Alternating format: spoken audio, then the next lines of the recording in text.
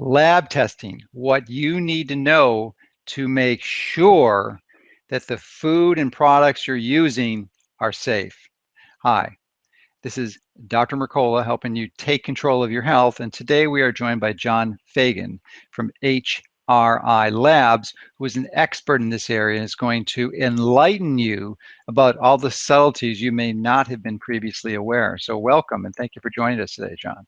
Oh, it's a pleasure to be here. Real pleasure. So maybe you can give us a little history of your journey and how you came to be proficient in lab testing and a director of a lab, and what HRI Labs is all about. Thanks. Well, just in one phrase, what HRI is about, Health Research Institute Labs, is making the invisible visible, giving you the ability to see into what is in your food and into your environment, all of these things. And where I came from is that I studied biochemistry and molecular biology at Cornell University. I got my PhD from them. And from there, I went to the National Institutes of Health for a decade, and then into academia, where I did cancer research actually using genetic engineering as a research tool. And I got concerned about genetic engineering, and especially what it was doing to our food. And as a result, I created the first lab for GMO testing in America, and also developed labs in Europe, in Japan, and trained laboratories in 17 other countries. And what this did was to make GMOs visible. Before that testing was there, nobody could tell whether those soybeans or that corn was genetically engineered or not. But after that testing was available, people had a choice. And we want to do the same thing for two things. One are the baddies, and two are the goodies. The baddies are all the pesticides and herbicides and other environmental toxins that can be in our food and our environment. The goodies are the higher density of micronutrients that are going to make your food even better for you. So we feel that the kind of testing that we're doing can open a window for you in each of those areas, so you can make better choices about the food that you eat and that you share with your family. Oh, great. So when you established the initial screenings for GMO foods, or what were you testing for? It wasn't the herbicide glyphosate, which is one of your best tests, I think now. Was it the actual antigens that were modified in GMO production, like the BT for the BT corn and some of the other shifts they made with them? Good question. Actually, the antigens are one kind of test, but what we did was to actually look at the DNA. DNA is very stable, more stable than proteins. So you can find the genetically engineered DNA even in highly processed foods. So that's what we went for, and it's more sensitive and more rigorous that way. And what type of screening or analysis do you do to check for the DNA? Is it a PCR test where you amplify it, or is it chromatography?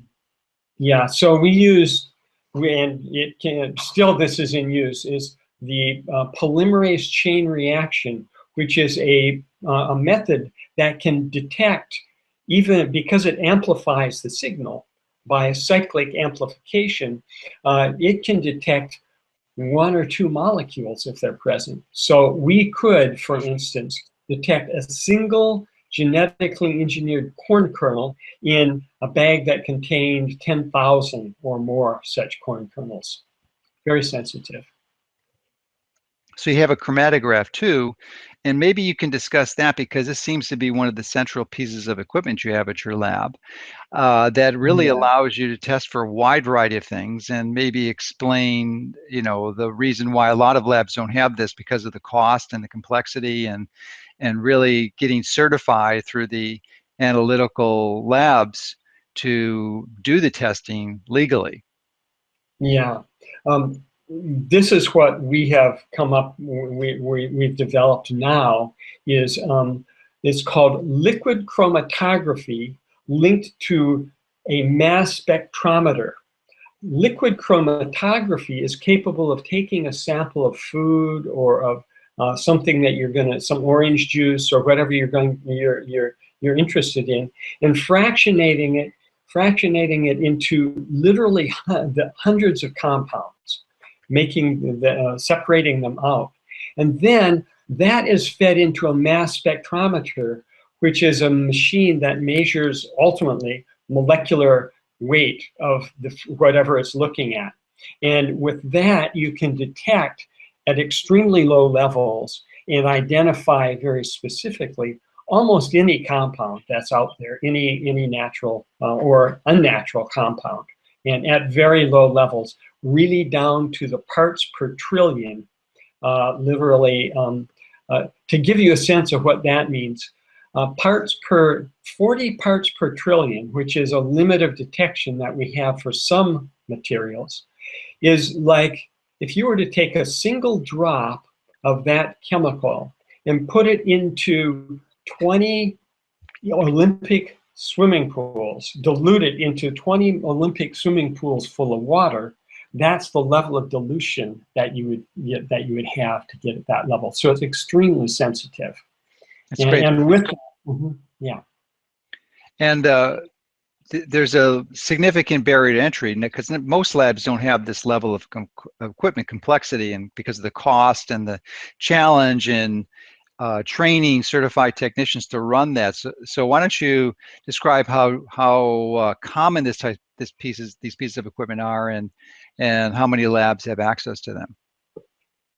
These are like the Teslas of analytical chemistry. Yeah, I like that analogy so much better than the Cadillacs, because that is the new Cadillac, is the Tesla. Yeah. So in fact, the machine that we use, it is equivalent in cost to about 4 Teslas. Mm-hmm. That's the one we use for measuring glyphosate. So it's really expensive.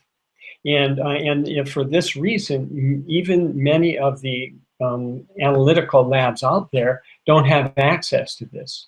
And also, because it is very specialized equipment, you need a PhD you need somebody with a PhD in analytical chemistry, or somebody with many, many years of experience to do this kind of testing.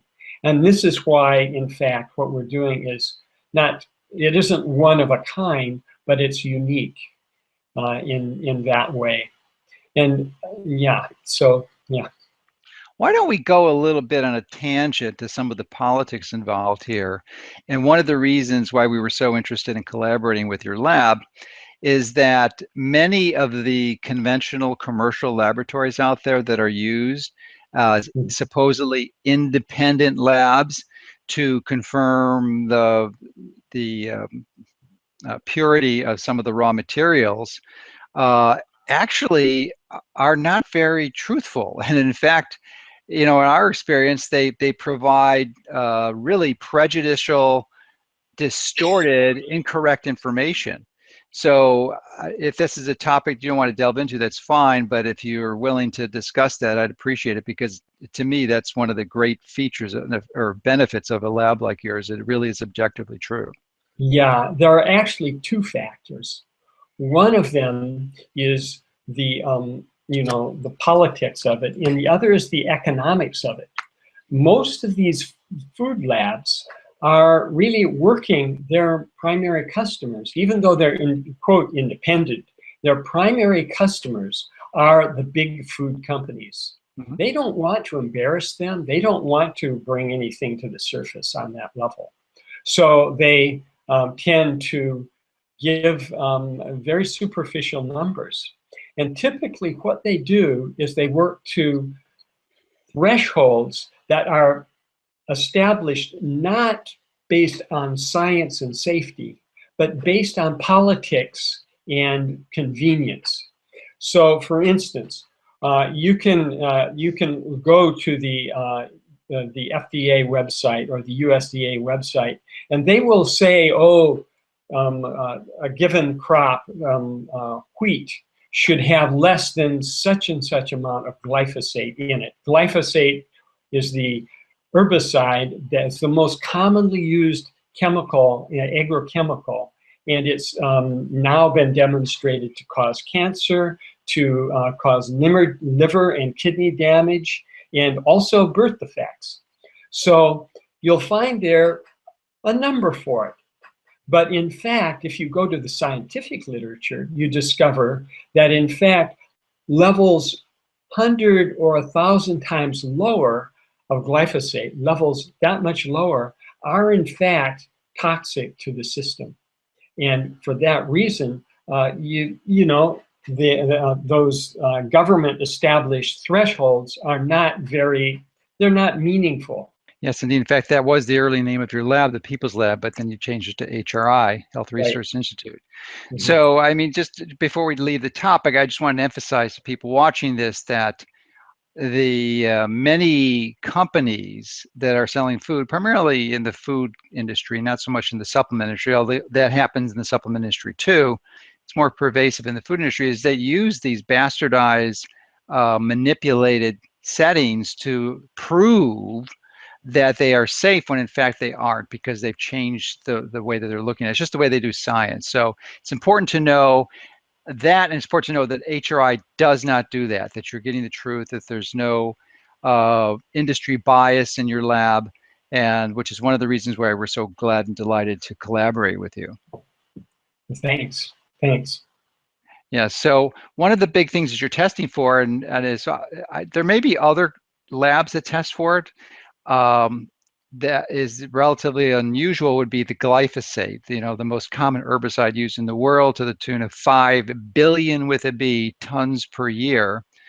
And it's just permeating everything. So you do offer a test now that you can see the threshold levels. I actually had the test done, and I reached below this threshold of your spectroscope or spectrophotometer, which is, I think, you said 40 parts per trillion. So that's as low as you go, and I probably have some, because no one's perfect, but it was pretty low. So maybe you can comment on the test and the distribution of the results that you're seeing and the people are submitting them. Mm-hmm. So what people are doing, what this test does, is it gives you a window into your own exposure to these chemicals. And in fact, we look at the glyphosate as sort of a flag, as an indicator for, well, what else might be there. Mm-hmm. And what we're finding is that there's quite a range of levels of exposure, but that people who are eating organic generally have much lower levels. It's interesting that women tend to have, on average, a little lower levels than men. There are certain behaviors that tend to lead one to have higher levels. For instance, it isn't a super strong correlation, but it appears that if you're a golfer, you're more likely to get exposed, because they use all these things on golf courses, and so you can get that. So that's out there in that way. And the reassuring thing is that if you and we've had some people do this where they have a high level and they decide, okay, I'm going to change my diet. And if they then go to a diet that's avoiding things that might contain these chemicals, then within a week or two, they see significantly reduced levels of glyphosate. So it's a good measure or a good sort of way of guiding what you're doing with your diet and what you do. Yeah, and many times it's only theoretical or philosophical, and you read about it and you hear about the concerns, but obviously the media is not exposing it. Most conventional physicians are denying it's an issue. So it's abstract, but when you get the numbers back from a lab and it's objective and you see it, can be highly motivating. It definitely can. And we see people very often who are, they'll come back to us saying, oh yeah, this changed my way of thinking about my diet. So it's a good thing. It really is. So you're doing the converse, and you're actually checking food companies that claim to be natural and healthy and have no GMOs in their products, and then you do independent testing and you find that that's a big, bold batch of lies, as you did recently with Ben and Jerry. So why don't you just describe that, and if there's any other companies that are in your target? That's a great question, Dr. Mercola. It's really been an interesting process. And just one thing to be clear, we don't we don't just randomly test companies. It's when an organization like Organic Consumers Association has questions about company. They've done some research and they have questions. Or Moms Across America, or another organization that's concerned with our food system. When they find something they have questions about, then we're in a position to use the gold standard testing methods to really give them clear insight into what's going on with that particular product or that particular company. So for instance, Organic Consumers Association and an agricultural organization called Regeneration Vermont were concerned about what was happening with Ben and Jerry's. And they came to us and they were concerned that, you know, that the dairy industry in Vermont was in a very difficult situation, in that the dairy producers, the farmers, the dairymen and dairy women were really not even able to get a price for their product that they could that would cover their costs for producing the milk. And there was also concern from people in the state that that the dairies were the dairies were actually, the large industrial dairies were actually polluting all of the lakes and interfering, really creating problems for the Vermont, what do you call it, the tourist industry, that people were no longer coming to Vermont because the lakes and the rivers were polluted. So they wanted to look into what was at least going on with the quality of the milk. And so they came to us, they sent us some samples, and we did some really in-depth testing, very careful testing, using the very best methods that are out there. We use what's called triple quadrupole mass spectrometry linked to liquid chromatography, high pressure liquid chromatography, to actually look at the very carefully at the quality of the ingredients in a product. And what we found with Ben & Jerry's ice cream was a bit shocking, in that we found that, in fact, that ice cream contained substantial levels of glyphosate, which is the key active ingredient in Roundup herbicide, the weed killer that has been used so commonly in agriculture these days and is used with genetically engineered crops and on like that. So we looked for glyphosate in Ben & Jerry's ice cream. And what we found is that 10 out of the 11 different flavors that we looked at contained measurable amounts of glyphosate. And at least one of them contained levels that, according to most recent research, raised questions about safety. In particular, it had been found that glyphosate at quite low levels, at levels that are, considered safe by the EPA and the FDA, that this most recent research showed that, in fact, those levels were not safe, but could actually cause problems like fatty liver disease. And as you may know, there's an epidemic of fatty liver disease in America today, and it's linked with things like a metabolic syndrome and on like that. So what we found is that Ben & Jerry's ice cream contained substantial levels of glyphosate.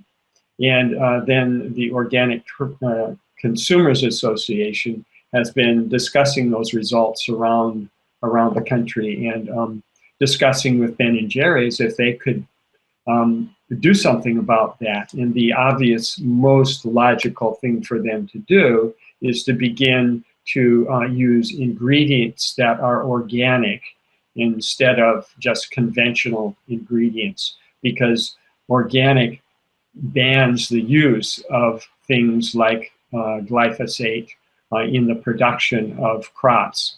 So it makes good sense to do that. We've been looking at a number of other food products as well, and one interesting area is the grains and the legumes, the beans and peas and things like that. It turns out that for all of these crops, they have to be dry in the field before they're harvested. And to speed that process up, they now will often spray the field with glyphosate a couple weeks before it's harvested.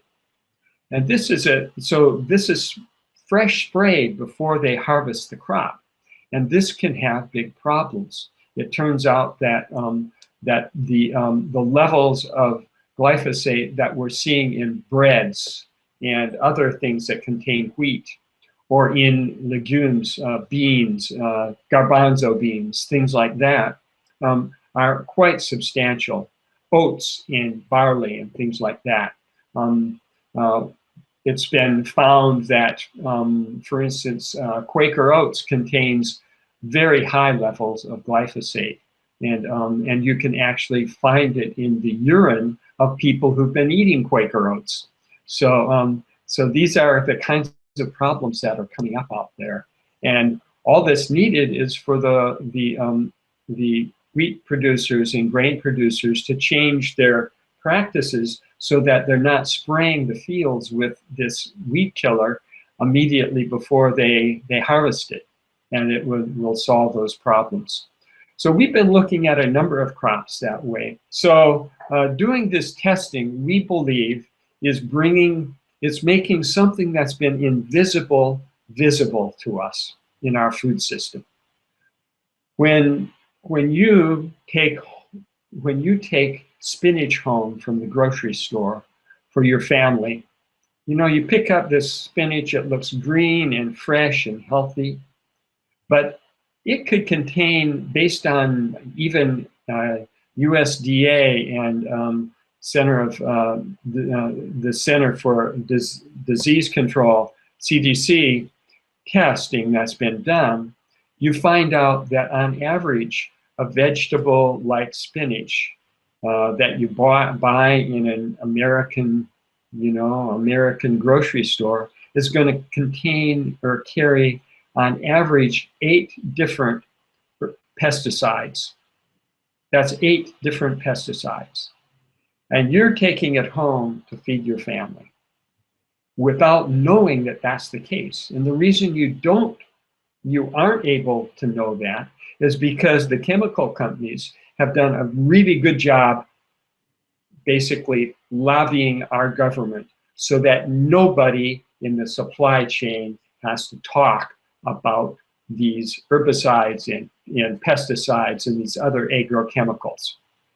The farmer doesn't have to talk about them. The brands that are selling products made from those things don't have to talk about them.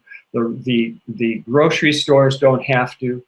They've been made invisible in our food system. And that's a big concern.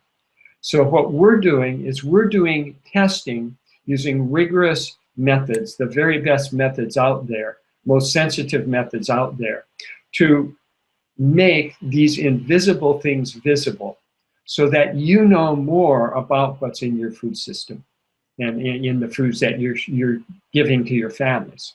And this is so important because this allows each of us, each person out there to make better choices about the food that they provide to their children. We've started with glyphosate because it's the most used herbicide on the planet. In fact, it's the most, in terms of tons used, It's the most used agrochemical in the marketplace today, whether in the US or South America or Europe or Asia. It's the most used one. So we felt that was a good place to start. And so we see it as an indicator of what else is in our food that way. But we're going to be moving on to test for a wide range of agrochemicals. And that will give a bigger window into the situation so that you can make better choices about the food that you eat. So we feel this is important. There's another part of what we're doing that is, we hope, even more helpful to you. And that is that we are actually, we've developed a test where you can send in a urine sample and find out how much glyphosate is in your system that way. And so it's a good feedback system to use to assess where your diet is taking you in terms of the chemicals in your system. And we've been doing this now. We've looked at more than 1,200 different people have sent in samples. And this is really, it's really interesting. This is being done as a research project, so that each person that participates in this is really a volunteer in this research project. And so when you send in a urine sample for this, you not only get the information yourself about, well, what's in my system, but you're contributing to what we're seeing, to this study that's going to give us information about diet. How does diet influence those things? How does your lifestyle, other things, your location, your your neighborhood, how do all of these things affect your exposure to these agrochemicals? Here are a few points that we've found so far. That, believe it or not, 76% of the people who send in samples for testing for glyphosate, and by the way, you can actually get these tests on Dr. Mercola's website. These tests are actually available there. You can order them for yourself, for your family, give it to somebody as a birthday present. It's an interesting health birthday present, you might say, and become part of this we call it citizen science that we're doing here. And you get healthy information about your own health as well by doing this. So 76% of the people who participate in this have some level of glyphosate in their system. Most people only traces, but some people substantial levels. Here are a few of the things we found. Men typically have higher levels than women. Another is that that if you eat oats on a regular level and basis, if you eat oatmeal or oat cakes or things like that, you can expect to have twice as much glyphosate in your system as people who don't. And that's because oats are one of the most commonly sprayed for this desiccation or drying of the crop before it's harvested. On the other hand, if you eat organic products, there's an 80% lower levels for people who eat organic on a regular basis. So that indicates that organic products typically have lower levels, and so are going to be safer. If you eat if you eat 5 or more vegetable helpings a day, you're likely to have 50% lower levels than people who don't eat so many vegetables. And again, we think that that's that way because it's an indicator of people who are generally focused on healthier eating, people who have healthier eating patterns. And with those healthy eating patterns comes less reliance on things that might have higher glyphosate levels. Other things, so far we haven't seen any connection with rural versus city dwellers, or with seasonal versus, are there seasonal changes. And this indicates that most of the glyphosate is coming into our diet through the food we eat and not through the environment around us.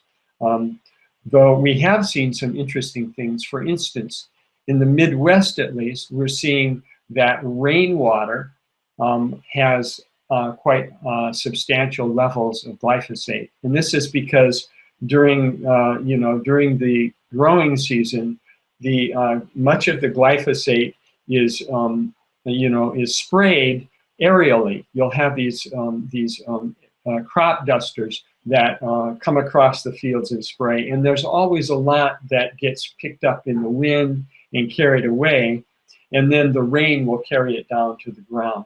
So rainwater, although you might think of that as being a healthy source of water, is a little risky that way. We've also been collaborating with a research group at the University of California in San Diego, and they had access to urine samples from one of these epidemiological studies where they study the same population of people over 15 or 20 years. And so we had urine samples from people that went all the way back into the 70s up until the present. And we asked the question, what happens with glyphosate levels compared to the use of glyphosate in the marketplace, for agricultural uses? And what we found was that there was a very close correlation. And so it's sort of like this hockey stick that for many years it's low, but as soon as glyphosate comes in, it begins to come up. And then suddenly with the genetically engineered crops, boom, it begins to take off in a big way. So, so there's that. That study is actually going to be published in the Journal of the American Medical Association.